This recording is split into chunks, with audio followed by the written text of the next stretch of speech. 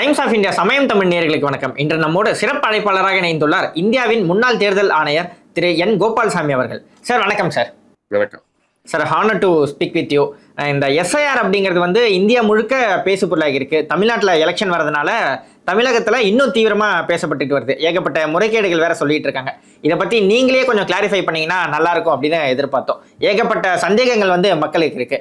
இப்போ அதில் முதல் சந்தேகம் அப்படின்னா, இப்போ நாங்கள் வந்து எனக்கு சொந்த ஊர் வந்து மதுரை அப்படின்னு ஒரு உதாரணத்துக்கு வச்சுக்கலாம். இப்போ நாங்கள் ஃபேமிலியோட இங்கே சென்னைக்கு ஷிஃப்ட் ஆகிட்டோம் அப்படின்னா என்னுடைய வாக்கு வந்து மதுரையில் இருக்கும். இப்போ நான் எப்படி அங்கே போயிட்டு ஓட்டு போட முடியுமா அப்படின்னு ஒரு கேள்வி எழுது. இல்லை, எனக்கு சென்னையில் போகிறதுக்கு வாக்கு அளிக்கிறதுக்கு விருப்பம் இல்லை, நான் மதுரை தான் போய் ஓட் போடுவேன் அப்படின்னா அங்கே பிஎல்ஓக்கள் வரும்போது என்னால் எப்படி வாக்களிக்க முடியும் அப்படின்னு ஒரு கேள்வி எழுது. லீகல் பொசிஷனுங்கிறது ஒரு பக்கம் இருக்கு. அதாவது ஆர்டினரி ரெசிடென்ட், நீங்க எங்க உங்களை பதிவு செய்து கொள்ளக்கூடும் அப்படின்னு சொன்னா, எங்க வந்து நீங்க ஆர்டினரி ரெசிடென்டா இருக்கீங்களோ அங்கதான் பதிவு செய்ய வேண்டும். அதுதான் லா.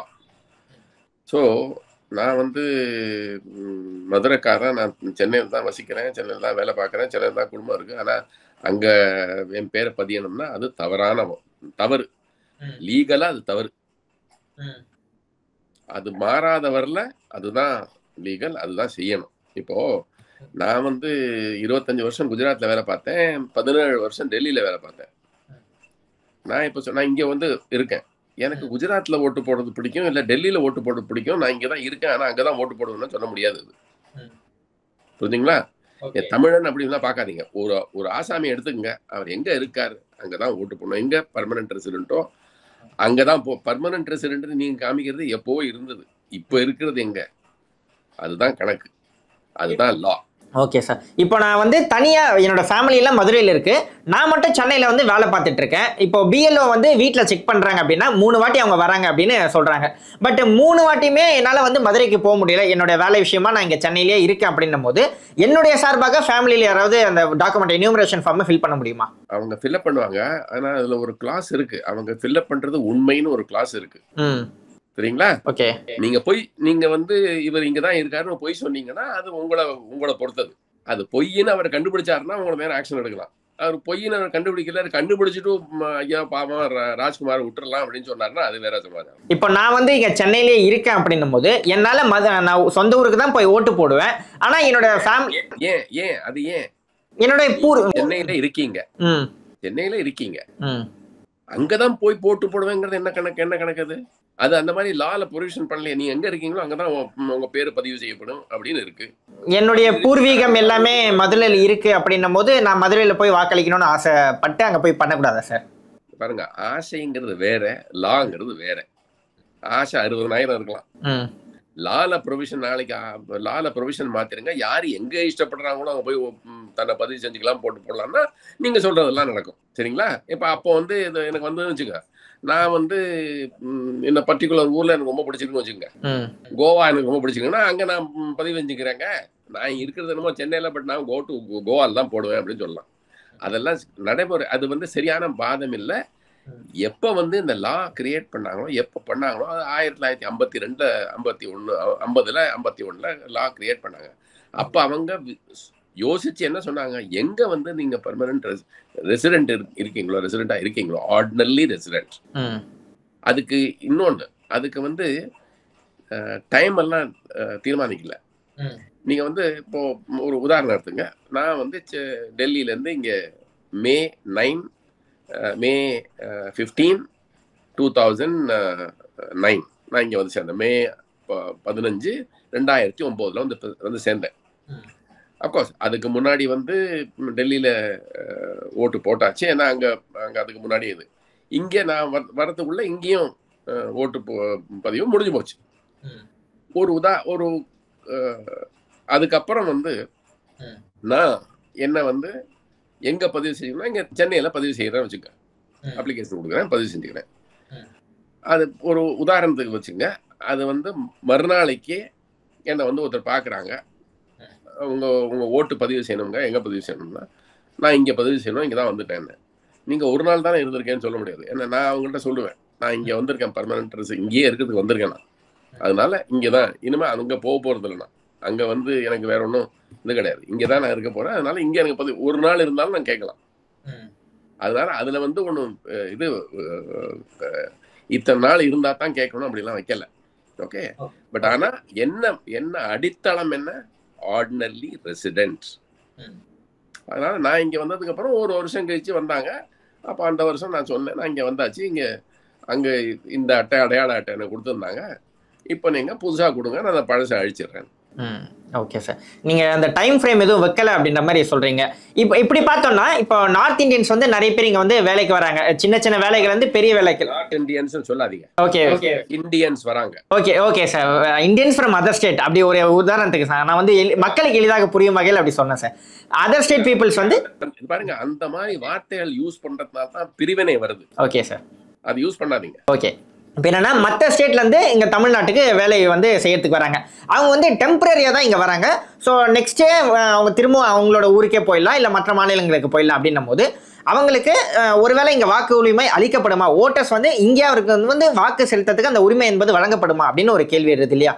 இந்த பாருங்க, முதல் பாயிண்ட் என்னன்னா, 2 இடத்துல நீங்க உங்க பேரை பதிவு செய்ய முடியாது. அது முதல் பாயிண்ட். ஒரு இடத்துல பதிவு செய்யணும். ஒரு இடம்ங்கிறது உங்களோட ஆர்டினரி ரெசிடென்ட்.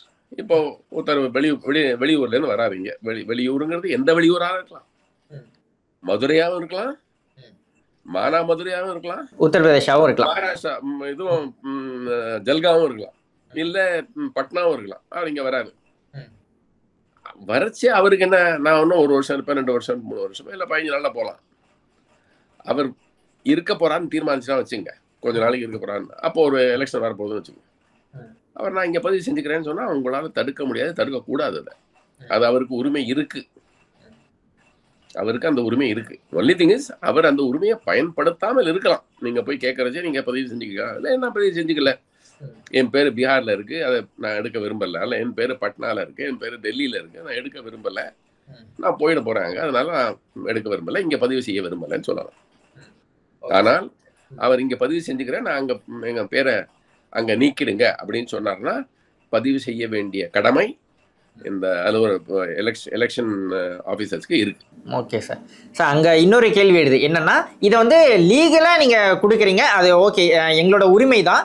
ஆனால் என்னன்னா ஒரு ஆர்கனைஸ்டாக இப்போ வந்து ஒரு ஸ்டேட்டில் வந்து இந்த கட்சிக்காரங்க ஒரு வேலை, ஒரு எக்ஸாம்பிளுக்கு சொன்னேன், ஒரு XYZ கட்சி எடுத்துக்கலாம், மற்ற ஸ்டேட்டில் அவங்களுக்கு செல்வாக்கு அதிகமாக இருக்குது அப்படின்னா தமிழ்நாட்டில் வந்து அவங்களுக்கு லீகலாக ஓட்டர் ஐடி வாங்கிட்டு இங்கே அவங்க பதிவு பண்ணிட்டு மறுபடியும் வேற ஸ்டேட்டுக்கு போகும்போது இங்கே அவங்களோட பேரை நீக்கிட்டு அந்த ஸ்டேட்லேயும் போய் ஓட்டு போட முடியும் அப்படின்னு ஒரு லீகலாக ஒரு டேர்ம் வருது இல்லையா?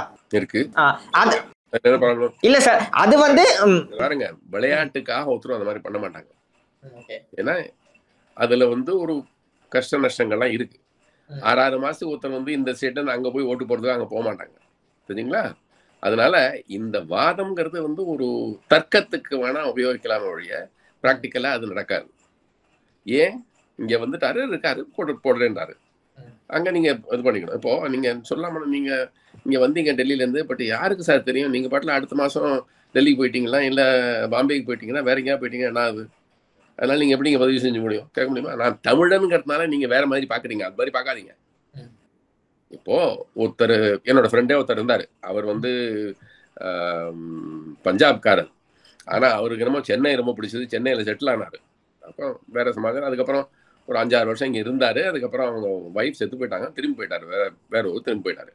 பட் அவர் அங்க வந்தப்போ நீங்க அவர்கிட்ட சொல்ல முடியுமா, நீங்க வந்து பஞ்சாப்காரருங்க, நீங்க எத்தனை நாள் இங்க இருப்பீங்கன்னு நமக்கு தெரியாதுங்க, நீங்க உங்க ஊர்ல போய் ரிஜிஸ்டர் பண்ணீங்க, இங்க பண்ண முடியாதுன்னு சொல்ல முடியுமா? முடியாது. இல்ல ஒரு டைம் ஃப்ரேம் அதுக்கு செட் பண்ணாமலேயும் இருக்கிறது தேர்தல் ஆணையத்து மேல ஒரு கேள்வி எழுது இல்லையா சார்? என்னது, ஒரு அட்லீஸ்ட் ஒரு 7 வருஷம் இங்க ஒரு ரெசிடென்ட்டா இருந்தாருன்னா அவருக்கு இங்க வாக்குரிமை அளிக்கலாம். அது தேர்தல் ஆணையத்தின் வேலை இல்லைங்க, அது பாராளுமன்றத்தின் வேலை. உங்க ரெப்ரசன்டேட்டிவ் போய் பண்ணிருக்காங்க. யாரு பண்ணாங்க? யாரு எலெக்ஷன் கமிஷனர் பண்ணாரு? இல்லையே. நீங்க தேர்ந்தெடுத்த மக்கள் பிரதிநிதிகள் அங்க போய் இந்த மாதிரி லா பண்ணிருக்காங்க. கேள்வி கேட்கணும்னா அவங்க கேளுங்க, ஏன் முட்டாள்தனம் ஒண்ணு பண்ணி வச்சிருக்கீங்களா, கஷ்டமா இருக்கு இன்னைக்கு, இதை மாத்துங்கன்னு சொல்லலாம். நீங்க அப்படி இல்லையே, எலெக்ஷன் கமிஷன் பண்ணது இல்ல. எலெக்ஷன் கமிஷன் எந்த லா நீ பண்ணிருக்கீங்களோ அதை இம்ப்ளிமெண்ட் பண்றாங்க, அவ்வளவுதானே. இதுல அவங்கள நொந்து என்ன பிரயோஜனங்க? அது சொல்லுவாங்க இல்லையா, அடித்தவன் இருக்க அம்பை நொந்துக்கலாமான்னு கேட்பாங்க. நீங்க லா கிரியேட் பண்ணி வச்சிருக்கீங்க, அந்த லால ஒரு ப்ரொவிஷன் இருக்கு, அதுபடி செய்யணும்னா அப்போ வந்து நீ பண்றது தப்புன்னு சொன்னீங்கன்னா அவங்க என்ன சொல்றாங்க, நீ தான் ஏன் லா கிரியேட் பண்ண, இப்போ சேஞ்ச் பண்ண, நீ என்ன லா பண்றியோ அதை நாங்கள் இம்ப்ளிமெண்ட் பண்றோம், அவ்வளவுதானே. அப்புறம் இன்னொரு கேள்வி சார், 1987க்கு பிறந்தவர்கள் எல்லாருமே தன்னோட பேரண்ட்ஸோடைய ஒரு டாக்குமெண்ட்டை வந்து சப்மிட் பண்ணணும். ஏன்னா 2004ஓட எஸ்ஐஆர்ல அவங்க வந்து இடம்பெற்றிருக்க மாட்டாங்க. அதனால பேரண்ட்ஸோடைய ஒரு டாக்குமெண்ட் வந்து சப்மிட் பண்ணணும் அப்படின்வாங்க. இப்போ அந்த இளைஞர்கள் 87க்கு அப்புறமா பிறந்தவர்கள் அவங்களோட அப்பா அம்மா ஒரு வேளை இறந்துட்டாங்க, தவறியிருந்தாங்க அப்படின்னும் போது அவங்க எந்த டாக்குமெண்ட்டை போய் சப்மிட் பண்ணுவாங்க? அவங்களுக்கு வந்து எப்படி சார் ஓட்டர் ஐடி கொடுப்பீங்க? பாருங்க, இதுல ஒரு ரெஃபரன்ஸ் பாயிண்ட் கொடுத்துருக்காங்க, அவங்க அப்பா அம்மா இங்க இருந்திருக்காங்க. ஒரு உதாரணம் 87 எடுத்ததுன்னு காரணம்னா 2004ல் 2005 எலெக்ஷன் 2004 எலெக்ஷன்ல 18 வயசு ஆயிடும். அதனால நீங்க 18 வயசு ஆனதுனால ஓட்டிங் ரைட் உங்களுக்கு வந்துருச்சு, உங்க பேர் எங்கேயாவது பதிவாயிருக்கும் அப்படிங்கிற கணக்கு. அதுக்காக இதை வச்சாங்க. அதுக்கு முன்னாடி இருக்கவங்களுக்கு கண்டிப்பா பேர் இருக்கும், அதுக்கு அடுத்தாப்புல வந்தவங்களுக்கு ரெஃபரன்ஸ் முன்னாடி இருந்தவங்களோட ரெஃபரன்ஸ் காமிக்கும் உங்க அப்பா அம்மாவும் இருக்கும். சரி, ஒரு உதாரணம் எடுத்துங்க. 87 உங்க அப்பா அம்மா இருந்தாங்க, ஆனா 90ல் அவங்க இறந்து போயிட்டாங்க வச்சுங்க. நீங்க அதை காமிக்க முடியாது, அது உங்களுக்கு ரெஃபரன்ஸ் வராது. பட் நீங்க பதிவு செஞ்சிருக்கிற அந்த ரெஃபரன்ஸ் நீங்க காமிக்கலாம். அவங்க அதை வந்து ஆராய்ஞ்சு பார்த்துட்டு, சரி அப்பா அம்மா இங்க இல்லை, அப்பா அம்மா இறந்து போயிட்டாங்க, அதனால அவங்களால அது காமிக்க முடியாது. இப்போ 2002 2003 இவர் பேரே எலக்டோரல் ரூல்ல இருந்திருக்கு அப்படின்னு பார்த்து அதை ஒத்துக்கொள்ளலாம். அது ஒன்றும் தவறு இல்லை. இல்ல சார், 2004ல இந்த இளைஞர் வந்து வாக்களிக்கல அப்படின்றதுன்னு ஒரு கேள்வியா வருது. 1988ல ஒருத்தர் பிறக்கிறார் அப்படின்னும் போது, இல்ல 1995ல ஒரு எக்ஸாம்பிளுக்கு மக்களுக்கு ஈஸியா புரியுற மாதிரி எடுத்துக்கலாம். 95ல ஒருத்தர் பிறக்கிறார் அப்படின்னும் போது 2004ல வந்து அவரால் ஓட்டு போட்டிருக்க முடியாது. அதே 1990ல அவங்க அப்பா அம்மா இறந்துட்டாங்க அப்படின்னு ஒரு உதாரணத்துக்கு வச்சுக்கிட்டோம் அப்படின்னா அவருக்கு ஒரு லீகலா நம்ம ஓட்டர் ஐடி கொடுக்க முடியாது இல்லையா? இல்ல, இது பாருங்க, அதுதான் விஷயம். இது சில விஷயங்கள்லாம் அவங்க அப்புறம் உங்களோட டாக்குமெண்டேஷனை பார்த்து பண்ணுவாங்க. பண்ண மாட்டேன்னு சொல்ல மாட்டாங்க. ஈஸியர் ரெஃபரன்ஸ் என்ன, உங்க அப்பா அம்மா இருந்தாங்கன்னா ஈஸியர் ரெஃபரன்ஸ், அவ்வளவுதான். அதுக்காக வேற ஒரு ரெஃபரன்ஸ் கொடுத்தா நாங்கள் எடுத்துக்க மாட்டோம்னு சொல்ல மாட்டாங்க. இந்த மாதிரி நீங்க சொல்ற மாதிரி கேசஸ் 1000ல் 10,000ல் லட்சத்துல ஒண்ணு வரும், ரைட்டா? அந்த மாதிரி இருக்கிற கேஸ்ல அவங்க வந்து உங்களை வந்து உங்களுக்கு ரெஃபரன்ஸ் கொடுக்க முடியல, உங்க அப்பா அம்மா இருந்தது, அவங்க சீக்கிரம் முன்னாடியே இறந்து போயிட்டாங்கன்னு சொன்னீங்கன்னா அது நீங்களும் 2002 2003ல் நீங்க பதிவாகல, அதனால அவங்கள எடுத்துக்க மாட்டோம்னு சொல்லவே முடியாது. நீங்க அது முதல் இதுல அவங்க ஒரு செப்பரேட்டா உங்க பேரு, அது இன்னொன்று அது சொல்லணும். உங்கள்கிட்ட அவங்க வந்து கொடுக்கறச்சே அவங்க கையில இருக்கிற இந்த வருஷத்து எலக்டோரல் ரூல்ல உங்க பேர் இருக்கு, அதை வச்சுதான் அவங்க காப்பி கொடுப்பாங்க உங்களுக்கு, ரைட்டா? அதனால நீங்க டாக்குமெண்டேஷன் என்ன கேட்குறீங்களா, அந்த டாக்குமெண்டேஷன் நீங்க அதை கொடுக்கலாம். அப்பா அம்மா டாக்குமெண்டேஷன் இல்லை என்கிட்ட, என்னோட டாக்குமெண்டேஷன் இருக்கு, அது கொடுக்கலாம் நீங்க. சரி, ஓகே சார். சார், இறுதியா ஒரே ஒரு கேள்வி. தேர்தல் ஆணையத்தின் மேல அதிகமான குற்றச்சாட்டுகள் வைக்கப்பட்டுட்டே இருக்கு. இன்னைக்கு கூட நீங்க பார்த்திருப்பீங்க, ஹரியானால வந்து ஏகப்பட்ட போலி வாக்காளர்கள் இருக்காங்க அப்படின்னு ராகுல் காந்தி குற்றச்சாட்டு வச்சுட்டு இருக்காரு. இத்தனை போலி வாக்காளர்கள் சேர்றதுக்கு என்ன சார் காரணம்? ஏன்னா நம்ம வந்து அந்தந்த எலெக்ஷன் கமிஷன் அந்தந்த ஆனுவல் ரிவிஷன்ல கரெக்டா பண்ணிக்கிட்டே இருக்காங்க அப்படின்னும் போது இந்த மாதிரி போலி வாக்காளர்கள் டாக்குமெண்டேஷன் இல்லாம சேர்ந்திருப்பாங்களா? ரொம்ப கரெக்டா நீங்க கேக்குறீங்க, அது கரெக்டான பதில் சொல்றோம். யார் எப்படி பண்ணப்படுகிறது, ஒரு கையில இருக்கிற எலக்டோரல் ரோலை வச்சுக்கிட்டு அந்த எலக்டோரல் ஒவ்வொரு வருஷமும் பண்றாங்க இல்லையா, 5 வருஷத்துக்கு ஒரு தடவை தேர்தல் வரும்போது கொஞ்சம் இன்டென்சிவா பண்ணுவாங்க, கொஞ்சம் பீராஞ்சி பார்ப்பாங்க, கொஞ்சம் கேர்ஃபுல்லா பார்ப்பாங்க. மற்றபடி என்ன ஆகும்னா இந்த வருஷம் இப்போ இந்த வருஷத்துல எஸ்ஐஆர் விட்டுடுங்க, எஸ்ஐஆர் பண்ணலைன்னா என்ன ஆயிருக்கும்னா நவம்பர் மாதம் வரைவு வாக்காளர் பட்டியல், நவம்பரோ செப்டம்பரோ அக்டோபரோ வரைவு வாக்காளர் பட்டியல் வெளியிடுவாங்க. அதுக்கப்புறம் அதை ஃபைனலைஸ் பண்ணுவாங்க. இதில் வந்து வீடு வீடாக போக மாட்டாங்க, சில இடத்துல போகலாம், சில இடத்துல போகாமல் இருக்கலாம். அப்போ என்ன ஆகும்னா யார் புதுசாக வந்திருக்காங்களோ அவங்க அப்ளிகேஷன் போட்டுருவாங்க, பழசா யார் இருந்தாங்களோ அவங்க இல்லைங்கிறத யாராவது சொல்லணும். எங்கள் வீட்டில் 4 பேர் இருந்தாங்க, இப்போ ஒருத்தர் காலமாயிட்டாரு அப்படின்னு அவங்க சொல்லணும். அதுக்கு வீடு வீடாக வரணும். வீடு வீடாக வரலன்னு வச்சுங்க, காலமானவர் பேரும் இருக்கும். நீங்கள் அப்ளிகேஷன் கொடுத்துட்டீங்க, அதை வாங்கி வச்சுட்டு அவங்க வந்து உங்களுக்கு உங்கள் டாக்குமெண்ட்லாம் சரி பார்த்து உங்களை எடுத்துடுறாங்க. பீகாரில் பார்த்துங்க, இப்போ இது கரெக்டாக அதுக்கு வந்து எக்ஸாம்பிள் கிடைக்கும். பீகாரில் 2025 2025 அப்போ வாக்காளர் பட்டியல் வெளியிடப்பட்டது பீகாரில். எல்லா ஸ்டேட்லையும் அந்த மாதிரி வெளியிடுவாங்க. ஏன்னா 1ஆம் தேதி ஜனவரி எல்லா ஸ்டேட்டுக்கும் பண்ணுவாங்க. தமிழ்நாட்டிலையும் அந்த மாதிரி பண்ணியிருப்பாங்க. எல்லா ஸ்டேட்லையும் பண்ணுவாங்க. செப்டம்பர், அக்டோபர், நவம்பர் 2024 இந்த பட்டியலில் நாங்கள் வரைவு பட்டியல் வெளியிட்டு அதுக்கப்புறம் அதை அப்டேட் பண்ணி யார் அப்ளிகேஷன் போடுறாங்களோ எங்கெங்கே இவங்களுக்கு இன்ஃபர்மேஷன் இருக்கோ, இவங்க இங்கே இல்லைங்கிற இன்ஃபர்மேஷன் கிடைக்குதோ அதை வந்து வச்சு அவங்கள நீக்கி விட்டு இவங்களை சேர்த்து விட்டு ஒரு பட்டியல் பப்ளிஷ் பண்ணுவாங்க. பீகார்லேயும் இந்த மாதிரி பப்ளிஷ் பண்ணாங்க 1/1/2025. இருந்த போதிலும் எஸ்ஐஆர் போட்டு இம்ப்ளிமெண்ட் பண்ணதுக்கப்புறம் ஃபர்ஸ்ட் ஸ்டெப்பு என்னாச்சு, 65 லட்சம் வாக்காளர் பெயர் நீக்கப்பட்டது அல்லது எடுக்கப்படவில்லை. நீக்கப்பட்டதுங்கிறது தவறான வாதம். அது பழசை வச்சுக்கிட்டு அப்ளிகேஷன் ஃபார்ம்ஸ்லாம் கொடுத்தாங்க. அதில் 65 லட்சம் திரும்பி வரல. 65 லட்சம் பேரோட இது ஃபார்ம் திரும்பி வரல. அதனால அவங்கள சேர்க்கல. அது என்ன காரணம்? நாங்கள் 22.5 லட்சம் இறந்து போனவர்கள், 7.5 லட்சம் டூப்ளிகேட் இங்கேயும் இருக்கு, இன்னொரு இடத்துலையும் இருக்கு. பாக்கி இருக்கிறது 35 லட்சமோ வேணுமோ அவங்க அந்த இடத்துல இல்லை. ரைட்? ஏன்னா ஃபார்ம் ஃபில்அப் பண்ணி வரல. அதனால என்ன பண்ணாங்க, ஏதாவது ஒரு காரணம் இருக்கும். ஃபார்ம் ஃபில்அப் பண்ணி வரல, ஒரு காரணம் இருக்கும். இறந்து போனவர்களாக இருக்கலாம், வேற இடத்துக்கு ஷிஃப்ட் பண்ணவங்களாகவும் இருக்கலாம். இது தவிர டூப்ளிகேட்டுங்கிறது அவங்க கண்டுபிடிப்பாங்க. நீங்கள் எங்கேயும் பற்றி பாருங்க, ஃபார்ம் வந்து 2 இடத்துல வந்திருக்கு அப்படின்னு பார்த்துட்டு நீங்கள் 2 இடத்துல பேர் இருக்குன்னு சொல்லிட்டு அவங்க நீக்கிறது. 22.5 லட்சம் பேர் பீகார்ல 1ஆம் தேதி ஜனவரி 2025க்கும் ஜூலை 2025 நடுவில் 22.5 லட்சம் பேர் செத்து போயிருக்க மாட்டாங்க. அவங்க கொடுத்தது திரும்ப வரல. அதுக்கு என்ன அர்த்தம்னா, இந்த செத்து போனவர்களுடைய பேர் வாக்காளர் பட்டியல் இருக்கே, அது வந்து 6 மாசத்துல செத்து போனவங்க இல்லை, அது 6 வருஷமா இல்ல 10 வருஷமா நமக்கு தெரியாது. ஸோ இந்த மாதிரி தவறு நடக்க ரொம்ப வாய்ப்பு உண்டு. இங்கேயும் பாருங்க, நான் வந்து உங்களுக்கு அஷூரன்ஸ் கொடுக்குறேன், அந்த அளவு இல்லாட்டாலும் இங்கேயும் இறந்து போனவர்கள் பெயர் பட்டியலில் இருக்கும். ஆனா என்னன்னா, ஒரே போட்டோ, அதாவது ஒரே ஒரு வாக்காளர் வந்து பல இடத்துல இருக்காங்க அப்படின்னும் போது இந்த ஃபார்ம் 6 கொடுக்கும் போது அது வந்து வெரிஃபை பண்ணி தானே ஆட் பண்ணிருப்பாங்க, வெரிஃபை பண்ணாம ஆட் பண்ணிருக்க மாட்டாங்க இல்லையா அப்படின்னு கேக்குறாங்களே சார். அதுதான் சரி, நம்ம ஊர்ல என்ன சமாச்சாரம்னா, ஒரு ரூல் பண்ணினாங்கன்னு வச்சுக்கோங்க, அந்த ரூலை எப்படி அதை சுத்தி போறதுங்கிற எல்லாம் பண்ணுவாங்க. என்ன ரூல் என்ன இருக்கு தெரியுமா, அந்த ஃபார்ம்ல என்ன இருக்கு தெரியுமா, நீங்க ஃபார்ம் ஃபில்அப் பண்றச்சே நீங்க முன்னாடி எங்க இருந்தீங்கன்னு கேட்டிருக்கிறதுல ஒருத்தரும் ஃபில்அப் பண்ணாம இருந்தாங்க. ஸோ ஃபில்அப் பண்ணாம இருந்தால் அந்த ஃபார்மை ரிஜெக்ட் பண்ணும். நீங்க அப்ளிகேஷன் போட்டீங்க, நான் இப்போ சென்னையில் இருக்கேன், என் பேரை எடுங்கன்னு. முன்னாடி எங்க இருந்தீங்க, நீங்க 18 வயசோ அல்ல 25 வயசுக்கு மேற்பட்டு இருந்தால் கண்டிப்பாக வேற ஒரு இடத்துல நீங்க உங்க பேரு பதிவு செய்யப்பட்டிருக்கோங்கிறது ஒரு தீர்மானம். அந்த தீர்மானத்தை வச்சுட்டு என்ன சொல்லுவாங்கன்னா, உங்களுக்கு 25 வயசு ஆயிடுச்சு, நீங்க இப்போ 45 வயசு, நீங்க இங்க சென்னையில உங்க பேரை பதிவு செய்யணும்னு விரும்புறீங்க, உங்களுக்கு 45 வயசு ஆச்சு, அதனால கண்டிப்பா உங்க பேர் எங்கேயாவது இருந்திருக்கும் முன்னாடி, இந்த லாஸ்ட் 20-25 வருஷத்துல வேற எங்கேயாவது இருந்திருக்கும். அது எங்க லாஸ்டா எங்க இருந்தீங்கன்னு கேட்டிருக்காங்க. அதுல அதை ஒருத்தனும் ஃபில்அப் பண்றது இல்லை. முதல்ல என்ன பண்ணியிருந்தாங்க, இதெல்லாம் ரிஜெக்ட் பண்ணியிருந்தாங்க. அப்போ 2004 வாக்கில் என்ன பண்ணாங்கன்னா, இது வந்து எல்லாருமே நிறைய பேர் வந்து அதை ஃபில்அப் பண்ணுறது இல்லை, அதனால நான் நிறைய பேரை வந்து அவங்க ஜெனுவினாக இவங்க சேர்க்க வேண்டிய இது இருந்தாலும் அவங்கள ரிஜெக்ட் பண்ணுறதுங்கிற தவறாக போயிடும், அதனால அவங்க பேரை சேர்த்துருங்க, அவங்க பழைய ரெக்கார்டு கொடுக்காட்டாலும் பரவாயில்லன்னாங்க. அதனால வந்த வினை இது. ஸோ அப்பவே நம்ம டூப்ளிகேட் ஓட்டர்ஸை அப்பவே என்கரேஜ் பண்ற மாதிரி நம்ம ரூல்ஸ் இருந்திருக்கு.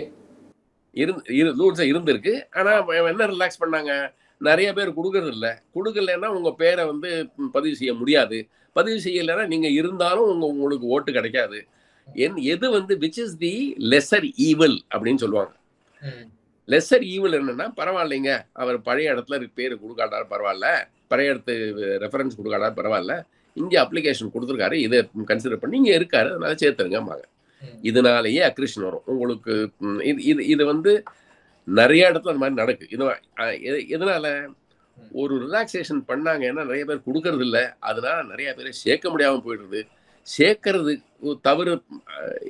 தவறு சின்ன தவறு பரவாயில்ல மன்னிச்சுடலாம், சேர்க்கலைன்னா பெரிய தவறு, அதனால அது செய்யப்படாதுங்கிறதுனால சேர்த்தாங்க. இல்லை சார், ஒரு பிரேசிலியன் மாடலே வந்து ஹரியானால ஓட்டர்ஸ் லிஸ்ட்ல இருக்கு அப்படின்னும் போது அவங்களோட போட்டோ பார்க்காமே நம்ம சேர்த்துட்ட மாதிரி ஆயிடுது இல்லையா சார் எலெக்ஷன் கமிஷனோட வேலை வந்து. ஒரு இன்னைக்கு ராகுல் காந்தி சொல்லியிருக்காரு, ஒரு பிரேசிலோட மாடல் ஒருத்தரோட போட்டோ வச்சு எலெக்ஷன் கமிஷன்ல ஒரு ஓட்டர் ஐடி வாங்கியிருக்காங்க அப்படின்னு. அவங்களோட போட்டோவையோ இல்ல அவங்களையோ நேர்ல பார்க்காமயே வந்து எலெக்ஷன் கமிஷன் அவங்களை ஆட் பண்ணிருச்சா அப்படின்னு ஒரு கேள்வி எழுது இல்லையா? யார் எலெக்ஷன் கமிஷன்? ஞானேந்திர குமாரா? சொல்லுங்க, எனக்கு பதில் சொல்லுங்க. அது யார் ஆட் பண்றாங்க? இல்ல சார், அந்த பிஎல்ஓவோ இல்ல அங்க இருக்க டிஸ்ட்ரிக்ட் மேஜிஸ்ட்ரேட். கரெக்ட் தானே? சரியான பாடி சொல்லுங்க. சோ யார சொல்லணும் இப்போ? அந்த பிஎல்ஓ சார். கடைநிலையில ஊழியர் இருக்காரு, அவர் தவறு செஞ்சிருக்கலாம். ஆனா இப்ப அவங்கள நம்பிதான் நம்ம முழுசா எஸ்ஐஆர் கொடுக்குறோம் இல்லையா சார்? இன்னொன்னு சொல்றேன், எப்ப வந்து இதுல ஓட்டர் கார்டுல போட்டோகிராஃபோட வந்ததோ, இதுல ஓட்டர் லிஸ்ட்ல போட்டோகிராஃப் வந்ததோ, இந்த வேலை வந்து 2005-6க்கு அப்புறம் ரொம்ப தீவிரமா நடந்தது. மத்திய பிரதேஷ்ல அப்போ ஒரு சந்தர்ப்பத்துல, மத்திய பிரதேஷ்ல 2008 எலெக்ஷன் நடந்தது. என்னோட காலகட்டத்தில் நான் சிஇசி இருந்த காலகட்டத்தில். அப்போ ஒரு இடத்துல ஒரு கம்ப்ளைண்ட் வந்தது, ஒரு நாய் போட்டோ இருக்கு உங்க எலக்டோரல் ரோல்ல. யாரு பண்ணிருப்பாங்க? யார் அந்த போட்டோகிராஃப் அப்லோட் பண்றாங்க அவங்க தான். அவர் பிரைவேட் கம்பெனி, அவருக்கு சரியா பணம் போய் சேரல. அவர் என்ன பார்த்தாரு, அவருக்கு ஒரு கோவம், ஒரு நாய் படத்தை போட்டு விட்டாரு. இதுக்கு வந்து election commissioner, chief election commissioner தான் பொறுப்புன்னு சொன்னீங்கன்னா திருப்பிட்டு வருமா? இல்ல சார், அங்க பிஎல்ஓ தான் தவறு பண்ணிட்டாங்கன்னு நம்ம வச்சுப்போம். ஆனா இப்ப அதே பிஎல்ஓ தான் நம்பி நம்ம முழுசா எஸ்ஐஆர் அப்படிங்கறத நம்ம கொடுக்குறோம் இல்லையா? கரெக்ட். ஆனா எல்லா பிஎல்ஓமா தப்பு பண்றாங்க இல்லீங்க. ஒருத்தர் தவறு பண்ணாருங்கிறதுனால ஒட்டுமொத்தமா எல்லாரையும் எல்லா பிஎல்ஓ சொல்ல முடியுமா? சொல்ல முடியாது. தவறு பண்றவங்க இருக்காங்க, இல்லைன்னு சொல்ல முடியாது. ஆனா அதுக்காக எல்லாரும் தவறு பண்றதில்ல. அதனால ஒரு நம்பிக்கை. சரி, ஓகே சார். உங்க விரிவான நேரத்தை கொடுத்து எங்களோட கருத்துக்கள்லாம் பதில் சொன்னதுக்கு ரொம்ப நன்றி சார். Thank you sir.